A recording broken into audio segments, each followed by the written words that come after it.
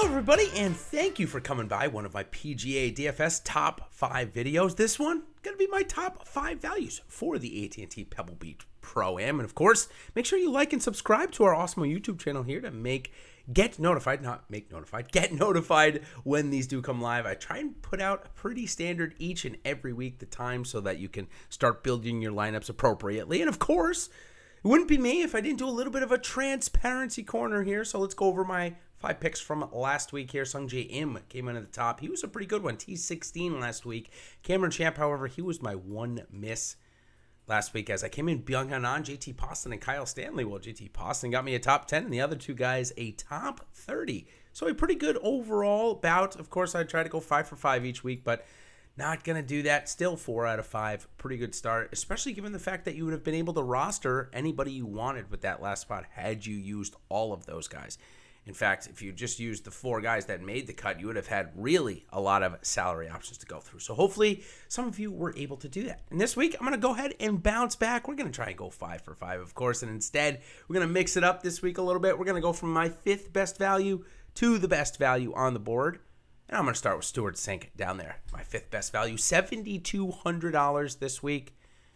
Again, this guy has just really had a career resurgence. He came 38th here last year, which to me, that sounds like better than what he's been playing, at least in the past. And what I mean by that is simply he's much better golfer now than he was a year ago, and he still finished pretty good here. 58th last week, it doesn't really scare me. The waste management doesn't seem like a perfect spot for Stuart Sink, who gains strokes off the tee at 124th rate on the PGA Tour, ranking, I should say, 118th on the approach, 77 around the green, and 82 on the green. So definitely an improvement there. Maybe his caddy, his son, is giving him some better reads and better feels on the green than in years past. So now we head into Mark Hubbard next as my 4th best value. He's coming in at $7,200 as well. Here's a guy that had the lead going in after the first round, I should say, at the Waste Management. So we know that form is pretty good. In fact, it was one of his best rounds on the PGA Tour. You don't just do that with a blind eye. Obviously, he's playing pretty well. He'll have to play better than this week than he has done in years past at Pebble. Missed the cut here last year. Did not play 2 years ago. Again, though, much better form. 195th off the tee. He's not going to gain strokes off the tee. He doesn't hit it far at all, but certainly we don't need that at a par 72, 6,800 yards in Pebble Beach. So we don't matter much about there. 158th on the approach and pretty good around and on the green, ranked inside the top 100 on both. Okay, my next 2 values are, call them more of a course history lean plays, but they both have shown form in the last couple of weeks. First one I'm going to talk about, and my 3rd best value, is Nick Taylor, $7,600, the defending champion of the event. Listen, he's coming off of a missed cut at the Waste Management, but he missed on the number. He shot under par both days, 1 under each day, coming in at 2, missing the cut, but it was a T67. So he was, 1 stroke off and maybe 1 guy off of falling down and getting into the weekend. Probably comes with higher ownership, though, if he does that. I like the fact that he's able to now go in pretty good form, head in to Pebble, where obviously he's got some great feels, coming in first, 28th the year before. So maybe he just likes this tournament. Again, missed the cut. Before he missed the cut last week, though, he had made 2 straight cuts to start his season. T11 at the Sony Open, pretty good. And then again, had actually the lead going into the weekend there as well. So Nick Taylor, $7,600 on DraftKings, $9,000 on FanDuel. Let's check his strokes gain numbers before we move on. 138 off the tee this year, 217 on the approach. That's the real important one. We need to see that tick up this week. 181 around the green, but putter has certainly been hot, 75th. Okay, my next, and what I would call my 2nd best value of the week, especially if this guy is coming over in the form that he's been over in Europe. No, I'm not talking about Dustin Johnson, who even at $12,000 might be a decent value at this point with how good he's playing. No, I'm going to talk about Rafa Cabrera Bello. This guy, $7,700 this week, coming in off of 3 straight made cuts on the European Tour, including a 4th place finish 3 weeks ago. Back-to-back 30th place finishes or thereabouts the last 2 weeks. But Cabrera Bello has mentioned how much he loves this golf course. Came 22nd here 2 years ago. Missed the cut last year.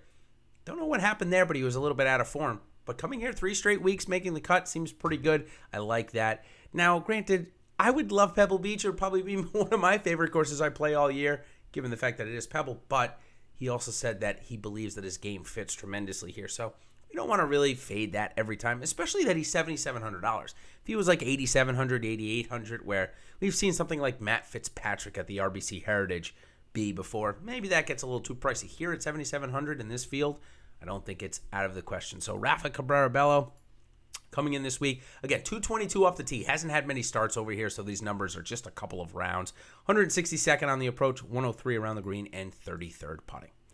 Okay, now my last one. My best value on the board would hit a lot of trends if you're a trend follower here as a golfer that could be in play to win this week. But again, there's Dustin Johnson in the field. So let's not get too far ahead of ourselves. But Max Homa, $8,800 this week.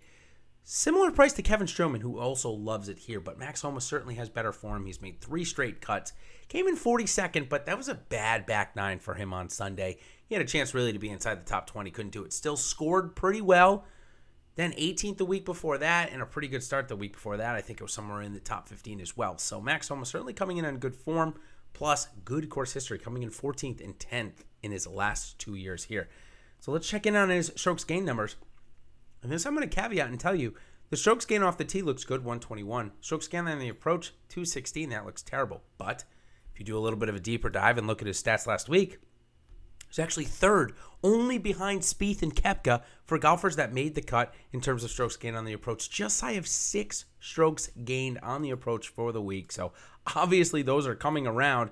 That's the type of golfer you want to get behind. 157th around the green and 194th putting, so not great there. But Max Homa, 8,800 in this field, 2 good years course history. Obviously, he's from California kid, so knows the conditions very well. So again, let's go ahead from the bottom. Stuart Sink, Mark Hubbard, Nick Taylor, Rafa, Cabrera, Bello, and Max Homa are going to round out my PGA DFS top 5 values for the AT&T Pebble Beach Pro-Am.